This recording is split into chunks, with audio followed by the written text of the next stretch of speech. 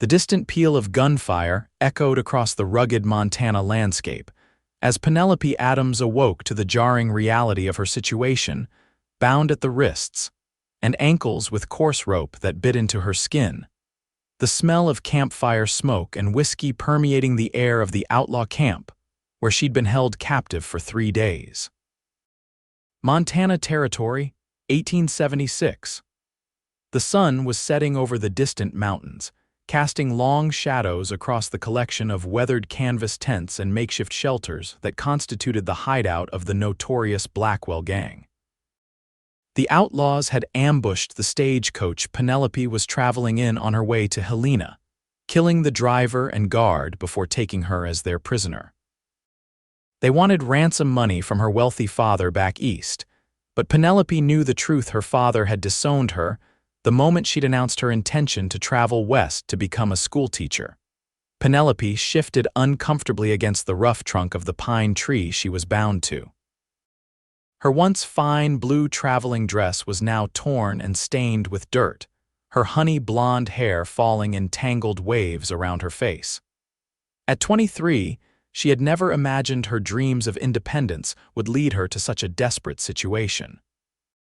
The 5 men who made up the Blackwell Gang were currently gathered around their campfire about 30 yards away, passing a bottle between them and loudly recounting their exploits.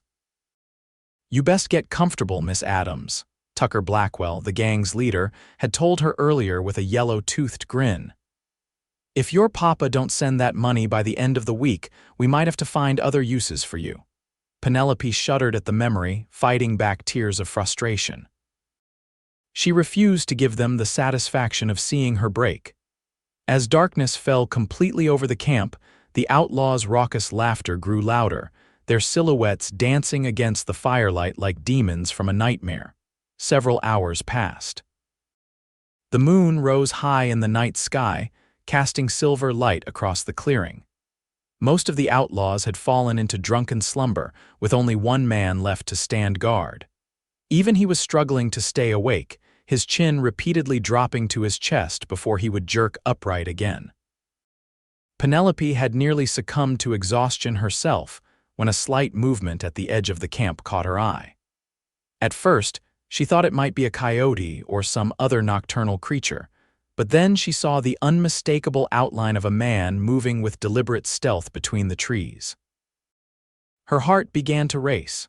Was this a 6th member of the gang returning from some errand, or perhaps a lawman who had tracked them to their hideout?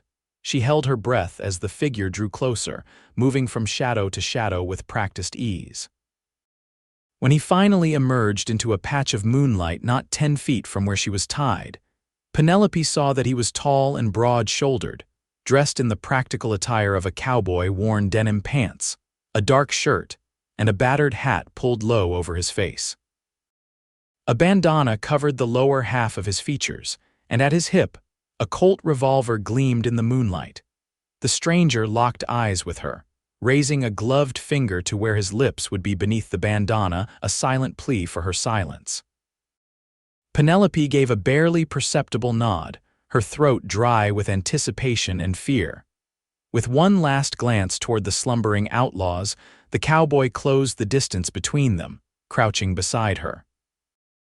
Up close, she could see his eyes were a startling blue, creased at the corners as if he frequently smiled. "Don't make a sound," he whispered, his voice a low, gentle rumble as he pulled a knife from his belt. "I'm going to cut you loose. Who are you?" Penelope couldn't help but ask, her voice barely audible, the man's eyes crinkled slightly above his bandana. "Name's Jax Moore. Most folks call me Jax." He carefully slid his knife between her wrists and the rope, sawing gently. "I've been tracking this gang for 2 weeks. Didn't expect to find a lady in their camp. They took me from a stagecoach 3 days ago," Penelope explained, wincing as the blood began to flow back into her hands. "They're demanding ransom." Jax nodded grimly as he moved to cut the ropes around her ankles. "The Blackwell Gang doesn't have a reputation for treating their captives kindly. We need to get you out of here before they realize what's happening." As the last of her bonds fell away, Penelope tried to stand, but found her legs unwilling to support her weight after days of limited movement. Jax caught her before she could fall, his strong arms steadying her against his chest. She was suddenly acutely aware of how close they were, the warmth of him seeping through her tattered dress, the clean scent of leather and pine that clung to his clothes, a welcome change from the stench of the outlaw camp. "Can you walk?" he asked, concern evident in his voice. Penelope nodded determinedly, forcing strength into her trembling legs. "I'll manage." "Good girl," Jax murmured approvingly. "My horse is tethered about half a mile from here. If we can reach him without raising the alarm, we've got a chance of putting some distance between us and this scum before daybreak." He kept one hand at her elbow as they began to make their way silently toward the edge of the camp. Penelope concentrated on placing one foot in front of the other, willing her cramped muscles to cooperate. They had nearly reached the line of trees when a shout rang out behind them. "The woman's gone. Someone's in the camp," Jax cursed under his breath, his grip on Penelope's arm tightening. "Run," he commanded, drawing his revolver with his free hand. Together they plunged into the forest, branches whipping at their faces as they fled. Behind them, the camp erupted into chaos, men shouting, the sounds of guns being loaded, horses nickering in alarm. "They're coming after us." Penelope gasped, her lungs burning as she struggled to keep pace with Jax's longer strides. "Just keep moving," he urged her. "We've got a head start." The crack of a rifle split the night, and a bullet thudded into a tree trunk just inches from Penelope's head. She bit back a scream, adrenaline lending new strength to her tired limbs. Jax turned, firing 2 shots in the direction of their pursuers before grabbing her hand and pulling her onward. "This way," he directed, veering sharply to the right. "There's a stream ahead. We can use it to throw them off our trail." Sure enough, they soon reached a shallow creek, the water gleaming silver in the moonlight. Without hesitation, Jax led her into it, the frigid water soaking through Penelope's boots and the hem of her dress. "We'll follow this downstream," he explained in a hushed tone. "Water doesn't hold tracks." They splashed along the creek bed for what seemed like an eternity to Penelope, her feet growing numb with cold, her breath coming in painful gasps. Just when she thought she couldn't take another step, Jax guided her up the opposite bank and into another stand of trees. "Not much farther now," he promised, his voice reassuring in the darkness. True to his word, they soon came upon a magnificent black stallion tethered to a low, hanging branch, its coat gleaming like polished coal in the moonlight. "This is Thunder," Jax said, a note of pride in his voice as he quickly untied the horse. "He's the fastest mount in 3 territories." Without warning, he placed his hands around Penelope's waist and lifted her onto the saddle as if she weighed nothing at all. She gasped in surprise, clutching at the pommel to steady herself. "Have you ridden before?" Jax asked, checking the cinch on the saddle. "Yes," Penelope assured him, gathering the reins with newfound confidence. "My father owned a stable back in Boston." Jax nodded approvingly before swinging up behind her in a fluid motion. Penelope was intensely aware of his solid presence at her back, his arms reaching around her to take the reins, his breath warm against her hair. "Hold on tight," he instructed, and then they were off, Thunder's powerful legs eating up the ground as they galloped away from the outlaw camp. They rode hard through the night, following game trails and cutting across open meadows, always headed west. Occasionally, they would pause to listen for sounds of pursuit, but if the Blackwell Gang was still on their trail, they were far behind. As the first hints of dawn began to lighten the eastern sky, Jax finally slowed Thunder to a walk, the horse's sides heaving from the exertion. "We need to rest him," Jax said, scanning the terrain around them. "And I reckon you could use a break as well, Miss Adams." "Penelope," she corrected him softly. "After what you've done for me, I think you've earned the right to use my given name." She felt rather than saw his smile. "Penelope it is, then." They dismounted in a small, sheltered hollow near a bubbling spring. While Jax tended to Thunder, removing his saddle and letting him drink, Penelope sank gratefully onto a flat rock, her entire body aching from the long ride and her earlier ordeal. "Are you hurt anywhere?" Jax asked, crouching beside her and offering a canteen of water. Penelope took a long, grateful swallow before answering. "Just some rope burns and bruises, nothing serious." She studied him properly for the first time as he removed his hat and bandana, revealing a strong, handsome face with a day's worth of stubble shadowing his jaw. His dark hair was slightly too long, curling at the nape of his neck, and a thin white scar bisected his left eyebrow. He was younger than she had initially thought, perhaps 30 at most. "How did you know I was there?" she asked. "Were you following the gang?" Jax nodded, settling beside her on the rock. "They robbed a bank in Miles City 2 weeks ago, shot the manager even though he cooperated. I was deputized to track them down." He reached inside his vest and pulled out a tarnished badge. "I'm not officially a lawman, but the sheriff and I go way back." When he got word the Blackwell Gang was operating in his county, he asked for my help. "You're a bounty hunter, then?" "Sometimes," Jax admitted with a half-smile. "Mostly I'm just a cowboy trying to make my way. I've got a small spread about 50 miles west of here, nothing fancy, but it's mine." Penelope found herself wanting to know more about this man who had risked his life to save a stranger. "Have you always lived out west, born in Pennsylvania?" Jax replied, stretching his long legs out before him. "Came out here after the war. Needed open spaces and fresh air after 4 years of fighting." A shadow crossed his face. "But that's a story for another time. What about you? What brings a Boston lady all the way out to Montana territory?" "I was on my way to Helena to take a position as a schoolteacher," Penelope explained. "I've always wanted to see the West, and teaching seemed like an honorable way to make my own living." "Your family approved of this plan?" Jax asked, one eyebrow raised skeptically. Penelope looked down at her hands, dirt embedded beneath her once neat fingernails. "My mother died when I was 16.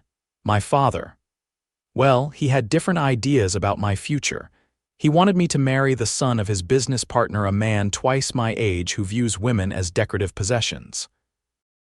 When I refused and accepted the teaching position instead, my father told me I was no longer welcome in his home."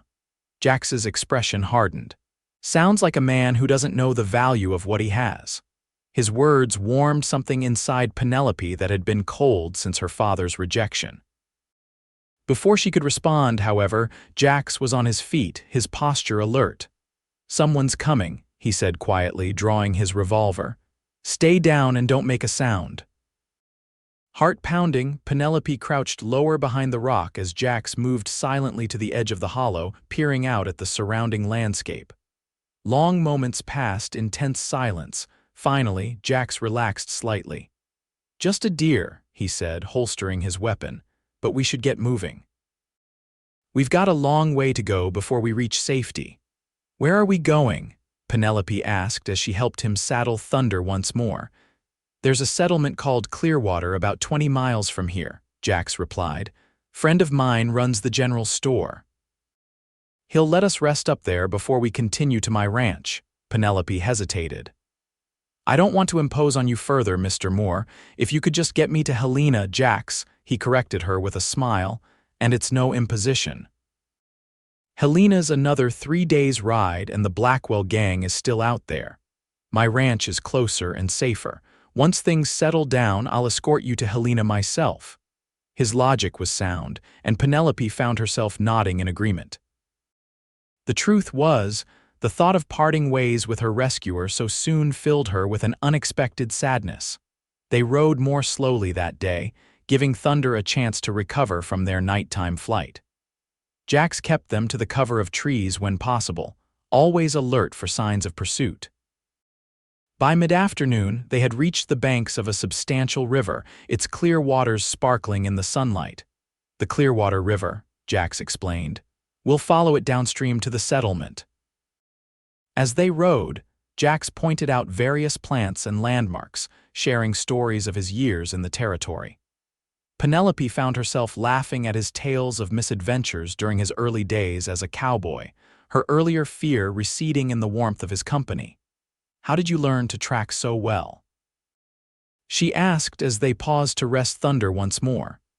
"Spent a winter with a crow hunting party about 5 years back," Jax replied. "Got caught in an early blizzard and broke my leg. Chief Red Hawk's family took me in, nursed me back to health. In return, I helped them negotiate with some unscrupulous traders who were trying to cheat them.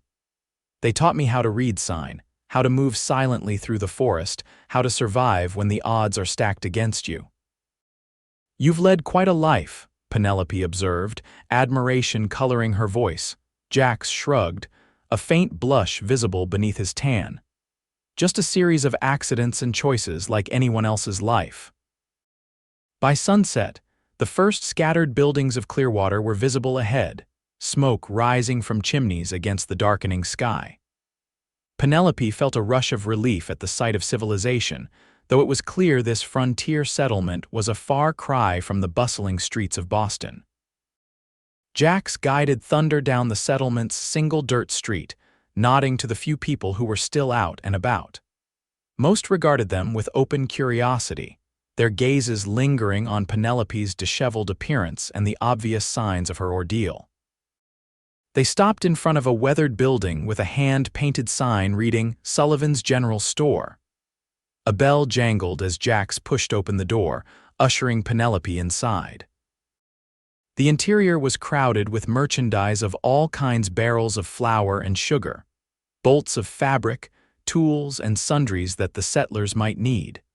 Behind the counter stood a tall, thin man with a shock of white hair and spectacles perched on his nose. His serious expression transformed into a wide grin when he saw Jax. "Well, I'll be Jax Moore as I live and breathe." He came around the counter, hand extended. "It's been months since you darkened my doorway." "Been busy with the ranch, Sully," Jax replied, clasping the older man's hand warmly. "This is Miss Penelope Adams. She's had a rough few days. The Blackwell Gang took her from a stagecoach bound for Helena." Sully's bushy eyebrows shot up as he turned to Penelope. "You poor thing." "Are you hurt, miss?" "I'm quite all right, thanks to Mr. Moore," Penelope assured him. "Just tired and in need of a bath and fresh clothing, if such things are possible here." Of course," Sully looked genuinely concerned. "My wife will be happy to help you, Martha." He called toward the back of the store. "Come see who's here." A plump, motherly woman with kind eyes emerged from a doorway, wiping her hands on her apron. Her face lit up at the sight of Jax, but her expression quickly turned to concern when she noticed Penelope's bedraggled state. "Oh, you poor dear," she exclaimed, hurrying forward. "Come with me right away. I'll draw you a bath and find you some clean clothes." Before Penelope knew it, she was being whisked upstairs to the Sullivans' living quarters above the store. Martha efficiently prepared a hot bath in a copper tub behind a screen in the corner of a cozy bedroom, adding fragrant dried lavender to the steaming water. "There's soap and towels there for you, dear," Martha said kindly. "Take your time. I'll see what I can find for you to wear. We get shipments of ready-made dresses now and then for the settler women, and I think I have one that might fit you." Left alone, Penelope gratefully sank into the hot water, feeling the grime and fear of the past days begin to wash away. As she bathed, she found herself thinking of Jax, his gentle hands as he cut her bonds, the solid strength of his body behind hers as they rode, the way his eyes crinkled when he smiled. "Don't be foolish," she whispered to herself. "The man rescued you, that's all. He's just being kind in offering further assistance." Yet she couldn't help the flutter in her stomach when she thought of their continued journey together to his ranch. After days of terror with the Blackwell Gang, Jax Moore represented safety and decency. It was only natural she would feel drawn to him. By the time Penelope had bathed and dressed in the simple but clean blue calico dress Martha had provided, she felt almost human again. Martha had also brought a comb and helped her untangle her long blonde hair, plaiting it into a neat braid. "There now," Martha said approvingly. "You look much more yourself. Come downstairs when you're ready. I've got supper on the table and you must be famished." In the Sullivans' small dining room, Penelope found Jax and Sully deep in conversation. Jax had clearly taken the opportunity to clean up as well. His dark hair was damp, and he'd changed into a fresh shirt.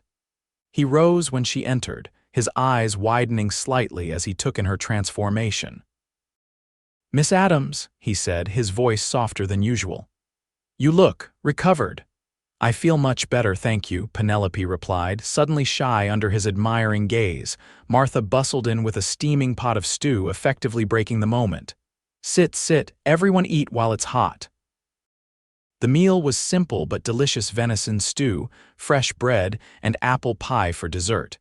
Penelope ate ravenously, not realizing how hungry she had been until the food was before her. Throughout the meal, Sully peppered them with questions about their encounter with the Blackwell Gang. "They're getting bolder," Sully said grimly when Jax had finished recounting their escape. "First the bank in Miles City, now attacking stagecoaches. Someone needs to put a stop to them before they hurt more innocent folks." "The territorial marshal has a posse out looking for them," Jax replied, "but Tucker Blackwell knows this country too well. He's been evading the law for years." "Will they come here?" Penelope asked anxiously. "I wouldn't want to bring trouble to your door after all your kindness." "Not likely," Sully assured her. "Clearwater's too small to be worth their while, and they know better than to tangle with the settlers here. Most of the men in town are former soldiers or experienced frontiersmen." After dinner, Sully insisted on showing Jax some new Winchesters that had arrived in his latest shipment, leaving Penelope to help Martha with the dishes. "Jax is a good man," Martha said as they worked side by side at the wash basin. "One of the best I know." "He saved my life," Penelope agreed. "I can never repay such a debt." Martha gave her a knowing smile. "I don't think he's looking for repayment, dear, not the way he looks at you." Penelope felt her cheeks grow warm.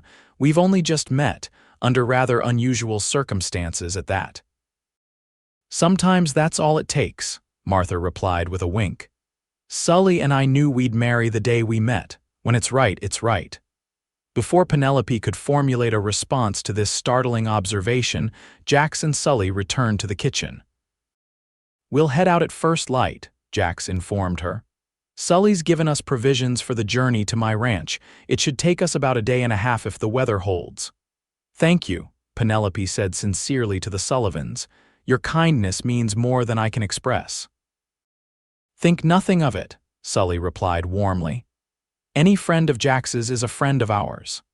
That night, Penelope slept in the Sullivans' spare bedroom, the first real bed she'd encountered since leaving the stage-coach station 3 days earlier. Despite her exhaustion, sleep proved elusive as her mind raced with thoughts of the Blackwell Gang, her uncertain future, and the enigmatic cowboy who had come to her rescue. Just before dawn, she was awakened by a light tap at her door. Martha entered with a steaming cup of coffee and a bundle of clothing. "I've packed a few essentials for you," she said, setting down the coffee on the bedside table. "A change of clothes, some personal items. It's not much, but it should help." "You've already done too much," Penelope protested. Martha waved away her objections. "Nonsense. We help each other out here in the territories, that's how we survive." She hesitated, then added, "Jax doesn't bring many people to Clearwater, you must be special." Before Penelope could question this statement, Martha was gone, leaving her to dress hastily in the pre-dawn light. By the time she made her way downstairs, Jax was already outside, securing their provisions to Thunder's saddle. After a hearty breakfast and warm goodbyes from the Sullivans, they set off just as the first golden rays of sunlight were creeping over the eastern mountains. The air was crisp and clear, promising a beautiful day ahead. "Your friends are wonderful people," Penelope commented as they rode out of Clearwater, once again sharing Thunder's saddle, though this time Penelope felt considerably more comfortable in Martha's clean dress, with a warm shawl wrapped around her shoulders. "The best," Jax agreed. "They helped me get on my feet when I first came to the territory. Sully extended credit when I needed supplies for my ranch, and Martha nursed me through a bout of mountain fever that nearly killed me my second winter here." You inspire loyalty, Penelope observed. That says a great deal about your character. Jax glanced back at her, surprise evident in his eyes. Thank you, though I'm not sure I deserve such praise. I've made my share of mistakes. Haven't we all? Penelope replied softly. What matters is how we learn from them. They rode in companionable silence for a time. The rhythmic sound of thunders hooves a soothing backdrop to the spectacular scenery unfolding around them. The trail led them through stands of pine and aspen, across flower-strewn meadows where deer grazed undisturbed by their passing. By midday, they had climbed to a ridge that offered a breathtaking vista of the valley below, a patchwork of forest and grassland bisected by the silver ribbon of a river. It's beautiful, Penelope breathed, taking in the wild grandeur of the landscape. This is why I stay, Jax said simply. Every time I see this view, I know I'm home. They stopped to rest and eat a simple lunch of bread, cheese, and dried apple slices that Martha had packed for them. Seated side by side on a fallen log, they watched an eagle soar overhead, riding the thermal currents with effortless grace. Tell me about your ranch, Penelope prompted, curious to know more about the life Jax had built for himself. It's modest, Jax replied with a hint of pride in his voice. About 200 acres along the west fork of the Clearwater River. Good grazing land, plenty of water. I've got a small herd of cattle, nothing compared to the big outfits, but they're quality stock. A few horses I'm breeding. A cabin I built with my own hands. It sounds wonderful, Penelope said sincerely. It's a lot of work, Jax admitted, especially for one man. I hire help during roundup and branding, but day to day it's just me. He paused, looking slightly embarrassed. I'm not complaining, it's a good life, just a solitary one sometimes. Penelope thought of the life that had awaited her in Boston marriage to a man she didn't love, endless days of hollow social niceties. Her spirit slowly crushed under the weight of expectation and propriety. Solitude has its merits, she said. In Boston, I was constantly surrounded by people but never felt more alone. Jax studied her thoughtfully. You're not what I expected, Penelope Adams. What did you expect? When I saw you in that camp, a fine lady in a tattered dress, I figured you for a pampered Eastern rose who'd wilt at the first sign of hardship. But you've shown remarkable fortitude. Penelope smiled, pleased by his assessment. My mother always said I had more spine than was fashionable. It drove my finishing school instructors to distraction. Jax laughed, the sound warm and genuine. I can imagine. As they continued their journey that afternoon, Penelope found herself increasingly drawn to the man before her. It wasn't just gratitude for her rescue, though that certainly played a part. There was something about Jax Moore that resonated with her own spirit, a kind of straightforward honesty, a quiet strength that demanded nothing but offered everything. They made camp that night in a sheltered grove beside a small creek. Jax efficiently built a fire while Penelope laid out their bedrolls on opposite sides of the flames. They shared a simple dinner, and as darkness fell, Penelope found herself entranced by the dance of firelight across Jax's features as he told her stories of his life in the West. What will you do once we reach your ranch? He asked during a lull in the conversation. Penelope considered the question. I still hope to reach Helena eventually. The school term doesn't begin for another month, so I haven't missed my opportunity yet. Jax nodded, his expression unreadable in the flickering light. Of course. Once I'm certain the Blackwell Gang is no longer a threat, I'll take you there myself. Thank you, Penelope said, though she felt an unexpected pang at the thought of their eventual parting. They fell into silence, the crackling of the fire and the chorus of night insects the only sounds. Penelope was almost dozing when Jax spoke again, his voice so quiet she nearly missed it. You could stay, you know, Penelope's eyes snapped open. What? Jax looked almost as surprised by his words as she was. At my ranch, I mean, just until you're ready to move on. It would be safer than traveling to Helena right away. He cleared his throat. The cabin's small, but I could sleep in the barn. It wouldn't be proper otherwise. The offer touched Penelope deeply. That's very kind of you, Jax. It's selfish, really, he admitted with a self-deprecating smile. It's been a long time since I had company besides my horses and cattle. Then I accept, Penelope said, surprising herself with the decisiveness of her response. At least for a short while, I would like to see this ranch you've built with your own hands. The smile that spread across Jax's face was like the sunrise, slow and radiant. Good, that's good. They reached Jax's ranch the following afternoon. As they crested a gentle rise, Penelope got her first glimpse of the place he called home, a sturdy log cabin nestled against a backdrop of pine-covered hills. A barn and corral to one side.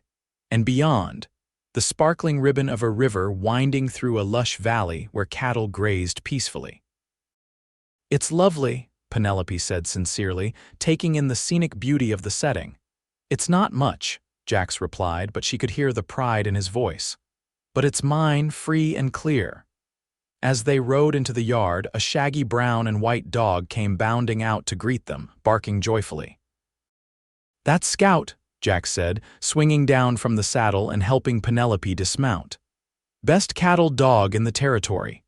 Scout circled them excitedly, sniffing at Penelope with interest before licking her hand in apparent approval. Jax led Thunder to the barn, and Penelope followed, taking in her surroundings with curious eyes. The barn was neat and well built, with stalls for several horses and a hayloft above. 2 other horses, a chestnut mare and a dappled gray gelding, whinnied in greeting as they entered. That's Blaze and Smoky, Jax explained as he unsaddled Thunder. They're part of my small breeding program. Thunder here is my pride, though. After settling the horses, Jax showed Penelope to the cabin. It was a single large room with a stone fireplace at one end, a rough-hewn table and chairs in the center, and a curtained-off area she presumed held his bed. Everything was simple but immaculately clean and organized. It's not what you're accustomed to, Jax said, suddenly self-conscious. It's perfect, Penelope assured him, running her hand along the smooth surface of the table. You built all this yourself, with some help from neighbors during the raising of the walls and roof, Jax admitted. But yes, most of it is my handiwork. Pride swelled in Penelope's chest on his behalf. It's remarkable, Jax, truly. He busied himself lighting a fire and fetching water from the well outside, clearly unused to having his accomplishments praised. Penelope explored the cabin, noting the small touches that made it a home book stacked on a rough shelf, a handmade quilt on the bed, a couple of drawings of horses tacked to the wall. As promised, Jax insisted on moving his bedroll to the barn despite Penelope's protests. It's no hardship, he assured her. I've slept under the stars more nights than I can count. That evening, they shared a simple meal of venison stew that Jax prepared with surprising skill. Afterward, they sat before the fire, talking about everything and nothing as the shadows lengthened around them. Will you tell me about the war? Penelope asked tentatively, remembering his earlier mention of it. Jax was silent for so long that she thought he might not answer. Finally, he spoke, his eyes fixed on the dancing flames. I was 18 when I joined the Union Army, young and foolish, thinking it would be a grand adventure. His voice was low, measured. Didn't take long to learn otherwise. I fought at Gettysburg, at Antietam, at Cold Harbor. Saw things no man should see. He rubbed absently at his left thigh. Took a Confederate bullet at Petersburg, nearly lost the leg. By the time I healed enough to return to my unit, the war was over. I'm sorry, Penelope said softly, wishing she hadn't asked. Jax shook his head. Don't be. It's part of who I am. He looked up at her, his blue eyes reflecting the firelight. When I came west after the war, I was broken, angry. The open spaces, the honest work, it healed something in me, gave me purpose again. Impulsively, Penelope reached across the space between them, placing her hand over his. Thank you for sharing that with me. Jax turned his hand over, his calloused fingers gently clasping hers. Thank you for listening. They remained that way for a long moment, connected by touch and the understanding that passed between them.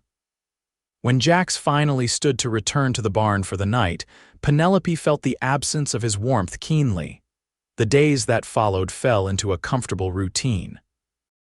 Jax rose before dawn to tend to his cattle and horses, while Penelope took charge of the cabin, preparing meals and keeping things in order. In the afternoons, Jax would often take her riding, showing her the boundaries of his land and teaching her about ranch life. Penelope found herself increasingly captivated by this life, the rhythm of days dictated by the needs of animals and land rather than social obligations. The simple pleasures of a meal shared by firelight, the breathtaking beauty of sunsets over the distant mountains. More than that, she found herself captivated by Jax himself. The more time they spent together, the more layers she discovered beneath his quiet exterior. He was well-read, despite his lack of formal education, with a collection of dog-eared books that he'd read multiple times. He had a dry wit that emerged when he was comfortable. And he possessed a gentleness that belied his rugged appearance. She watched him tend a newborn calf with hands that could break a wild bronc, his touch delicate and assured. On her 5th day at the ranch, Jax rode into Clearwater for supplies and returned with a letter for Penelope from the school board in Helena, forwarded by the Sullivans.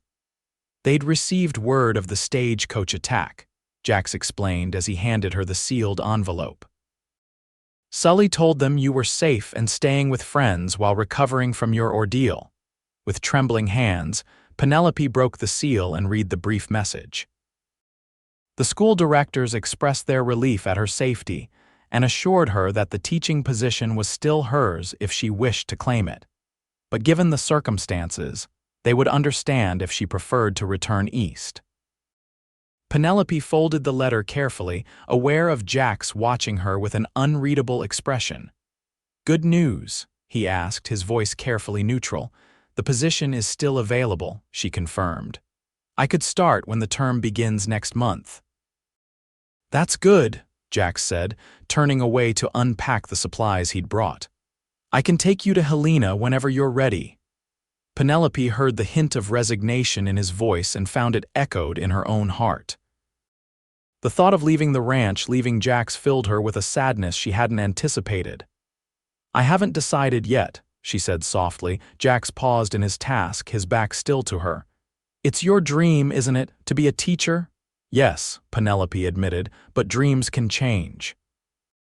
He turned to face her then, hope and caution warring in his expression. "What are you saying, Penelope?" Before she could answer, they were interrupted by the sound of hoofbeats approaching. Jax moved to the window, his posture instantly alert. "Stay inside," he ordered, reaching for his rifle. "It's Tucker Blackwell." Cold fear washed over Penelope. "Here? How?" "Must have tracked us to Clearwater and learned about my ranch," Jax said grimly. "I count 4 riders, the whole gang except for the one I shot during our escape." Heart racing, Penelope moved to his side, peering out the window. Sure enough, 4 riders were approaching the cabin, led by Tucker Blackwell's unmistakable figure. "I won't let them take you again," Jax promised, his voice hard with determination. "There's a trapdoor under the rug by the fireplace, a root cellar. If things go bad, you hide there." "I won't leave you to face them alone," Penelope protested. The look Jax gave her was filled with such tenderness that it stole her breath. "You're the bravest woman I've ever known, Penelope Adams. But please, do this for me." Before she could respond, he was moving to the door, rifle in hand. Penelope watched through the window as he stepped onto the porch to face the approaching outlaws. "That's far enough, Blackwell," Jax called, his voice carrying clearly across the yard. The outlaws reined in their horses about 30 yards from the cabin. Tucker Blackwell, a tall man with a pockmarked face and cold eyes, sneered at Jax. "Moore," he acknowledged. "Seems you took something that belongs to me." "The lady never belonged to you," Jax replied evenly. "And she's under my protection now." Blackwell laughed, an ugly sound. 4 guns against 1. Those ain't odds I'd bet on, Cowboy." "Then it's a good thing I ain't alone," came a new voice from the direction of the barn. Penelope gasped as Sully stepped into view, a shotgun cradled in his arms. He was followed by 3 other men, all armed and moving to flank Jax on the porch. "You didn't think I'd let you face these vermin alone, did you?" Sully called to Jax, never taking his eyes off the outlaws. Jax's expression remained impassive, but Penelope could see the relief in the slight easing of his shoulders. "Figured you might show up. You've always had good timing." "The territorial marshal's about 2 hours behind us," one of the other men added. "Got a warrant for the whole Blackwell gang." "Dead or alive?" Tucker Blackwell's confident sneer faltered slightly. "You're bluffing." "Try us and find out," Jax suggested coolly. A tense silence fell over the yard. Penelope held her breath, her hands pressed against the window glass as she watched the standoff unfold. One of Blackwell's men, younger and clearly more nervous than the others, shifted in his saddle. His horse, sensing his agitation, sidestepped nervously, bumping into Blackwell's mount. "Damn it, Jenkins, control your horse," Blackwell snapped. In that moment of distraction, Jax raised his rifle and fired a warning shot into the air. "Next one won't miss," he promised. "Throw down your weapons." Perhaps it was the certainty in Jax's voice or the mention of the approaching marshal, but something changed in the outlaw's demeanor. The younger one, Jenkins, was the first to unbuckle his gun belt and let it fall to the ground. "I ain't dying for you, Tucker," he muttered. The other 2 hesitated, looking to their leader for direction. Blackwell's face contorted with rage, and for a terrible moment, Penelope thought he might start shooting regardless of the odds. Instead, he spat on the ground. "This ain't over, Moore," he growled, before slowly removing his gun and tossing it away. The remaining outlaws followed suit, and Sully's men moved forward to secure them. As they were being bound, Blackwell fixed his cold gaze on the cabin. "You in there, Miss Adams," he called. "You think you're safe with this cowboy? Wait till he tires of you." Men like him don't keep fine ladies around for long. Jax stepped forward, his expression murderous, but before he could respond, Penelope opened the cabin door and walked out onto the porch. Her heart was pounding, but she refused to show fear before this man who had terrorized her. "Mr. Blackwell," she said, her voice steadier than she felt. "I believe I'm exactly where I'm meant to be." The look of surprise on Blackwell's face was almost comical, quickly replaced by impotent rage as Sully's men led him and his gang away to a wagon they had waiting down the road. "We'll keep them secure until the marshal arrives," Sully assured Jax, clapping him on the shoulder. "You 2 should be safe now." After the others had departed with their prisoners, Jax turned to Penelope, concern etched on his features. "Are you all right?" "I didn't want you to have to face him again." "I needed to," Penelope replied simply, "to put my fear behind me." Jax nodded in understanding, reaching out to brush a strand of hair from her face, his touch feather light. "You continue to amaze me." In the golden light of late afternoon, with the immediate danger past, Penelope found the courage to speak the words that had been building in her heart. "I don't want to go to Helena," she said softly. "Not yet, at least." Hope flared in Jax's eyes. "What do you want, Penelope?" "I want to stay here with you." She took a deep breath, stepping closer to him. "These past days have shown me a life I never knew I wanted, a life of purpose and freedom, of honest work and simple joys." "It's a hard life," Jax cautioned, though his voice was gentle. "Not what you're used to." "What I'm used to was slowly suffocating me," Penelope countered. "Here I feel alive." She placed her hand on his chest, feeling the steady beat of his heart beneath her palm. "Because of you, Jax, you've shown me what it means to truly live." Jax covered her hand with his own, his calloused fingers warm against her skin. "From the moment I saw you in that outlaw camp, something changed in me," he admitted. "I told myself I was just doing what any decent man would do, but it was more than that. When you smiled at me that first morning at the spring, I knew I was in trouble." "Good trouble, I hope," Penelope murmured. "The best kind," Jax agreed, his voice dropping to a whisper as he leaned closer. "I'm falling in love with you, Penelope Adams." "I know it's fast and probably foolish," she silenced him with a finger to his lips. Not foolish at all. The heart knows what it wants sometimes before the head catches up. And what does your heart want? Jax asked, his eyes never leaving hers. You, Penelope said simply.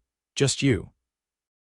The kiss that followed was gentle at first, a tentative exploration that quickly deepened as years of loneliness and weeks of longing poured into this single, perfect connection. Jax's arms encircled her waist, drawing her closer, while Penelope's hands moved to the nape of his neck, fingers threading through his dark hair. When they finally parted, both breathless, Jax rested his forehead against hers. I should probably court you properly, he said with a soft laugh. Take you on picnics, bring you flowers, ask permission from your father. My father forfeited any say in my life when he disowned me, Penelope replied. And as for courting, she smiled mischievously, I believe saving a lady from outlaws and offering her sanctuary counts for quite a lot. In the weeks that followed, Penelope wrote to the school board in Helena, respectfully declining the teaching position. Instead, she found herself embracing a new role as Jax's partner in building their life together. She learned to ride like a Westerner, to help with the cattle, to grow a garden that thrived in the rich soil beside the river. The territorial marshal had ensured that the Blackwell Gang would trouble them no more. Tucker and his men were transported to Fort Benton to stand trial for their crimes, with multiple witnesses ensuring their conviction. With the threat removed, Penelope and Jax were free to focus on their future. They were married in Clearwater that autumn, with the Sullivans hosting the celebration at their home above the general store. Martha had helped Penelope sew a simple but elegant wedding dress of cream-colored muslin, and Sully had proudly given her away in her father's absence. I still can't believe you're my wife, Jax murmured as they danced under the stars outside the Sullivans' home, their friends and neighbors celebrating around them. Believe it, Penelope replied, her heart full to bursting with happiness. I'm exactly where I'm meant to be. Their life together was not without challenges. The winter brought blizzards that tested their endurance and spring floods threatened their herd. But through it all, they faced each obstacle as partners, their bond growing stronger with each trial overcome. By their first anniversary, Penelope had news that filled Jax with a joy he'd never thought possible. They were expecting a child. Their son, Samuel Sullivan Moore, was born the following summer, a sturdy boy with his father's blue eyes and his mother's determined spirit. 2 years later, they welcomed a daughter, Elizabeth Martha Moore, named for both their mothers. As their family grew, so did the ranch. With Penelope's help, Jax expanded their operations, adding to their herd and improving the breeding program with horses that became sought after throughout the territory. Penelope found her teaching aspirations fulfilled in unexpected ways. As other settlers moved into the valley, bringing families with children, she began offering lessons in their expanded cabin 3 days a week. Her small school gained a reputation for excellence, attracting students from as far as Clearwater. 5 years after their wedding, a letter arrived that changed everything once more. Penelope's father had died, leaving his entire estate to his only child despite their estrangement. The inheritance allowed them to build the home they dreamed of, a spacious 2-story house with plenty of room for their growing family and Penelope's school. Do you ever regret it? Jax asked one evening as they sat on the porch of their new home, watching their children play with Scout in the yard. Staying here instead of going to Helena, taking a chance on a rough cowboy with nothing but a small ranch to his name. Penelope leaned her head against his shoulder, her hand finding his with the ease of long familiarity. Not for a single moment, she assured him. You cut more than ropes when you rescued me that night, Jax. You freed me to become who I was always meant to be. And who is that? He asked, pressing a kiss to her temple. Your wife, Penelope replied with a smile. A rancher's wife, a teacher, a mother.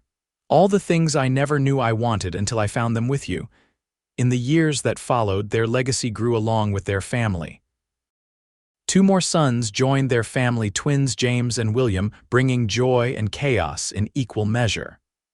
The Moore Ranch became one of the most prosperous in the territory, known for its quality stock and the warmth of its hospitality. Penelope never did become the school teacher in Helena that she had once envisioned.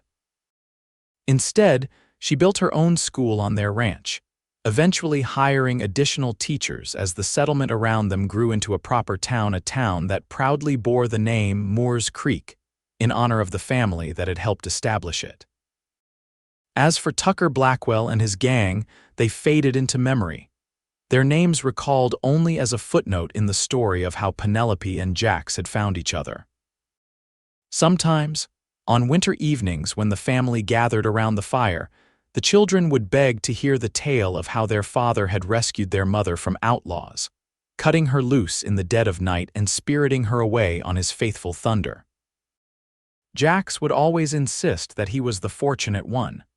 "Your mother saved me as much as I saved her," he would tell the children with a wink at Penelope. "She taught me that a home isn't just a place, it's the people you love." And Penelope, watching her husband surrounded by their children, would think of that night long ago when a stranger had appeared in an outlaw camp like an answer to her prayers. How could she have known then that her greatest adventure was just beginning? That the ropes that bound her were nothing compared to the bonds of love that would define her life. On their 30th wedding anniversary, as they stood together watching the sunset from the same porch where they had shared so many evenings, Jax took her hand in his, the same strong, calloused hand that had once cut her free. "Do you remember what you said to Tucker Blackwell that day on our porch?" he asked, his hair now silver at the temples but his blue eyes still bright with love for her. Penelope smiled, the memory as clear as if it had happened yesterday. "I believe I'm exactly where I'm meant to be," she quoted. "You were right," Jax said, drawing her close. "We both were." As the last golden rays of sunlight stretched across the valley they had tamed together, Penelope knew with absolute certainty that no storybook romance could compare to the life they had built, a life that began the moment a brave cowboy snuck into an outlaw camp and cut loose not just a captive, but his own heart's desire.